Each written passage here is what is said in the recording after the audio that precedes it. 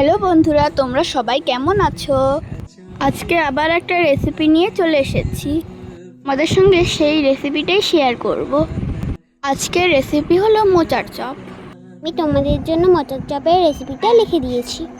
রেসিপিটি তোমাদের কেমন লেগেছে অবশ্যই কমেন্টে জানিও। ভালো লেগে থাকলে একটা লাইক করে দিও। টাটা সবাইকে। আর যাব না মিথ্যে মায়ায়, চমকাবো না। ভাল লাগে অন্ধকার হাত ডোবাই,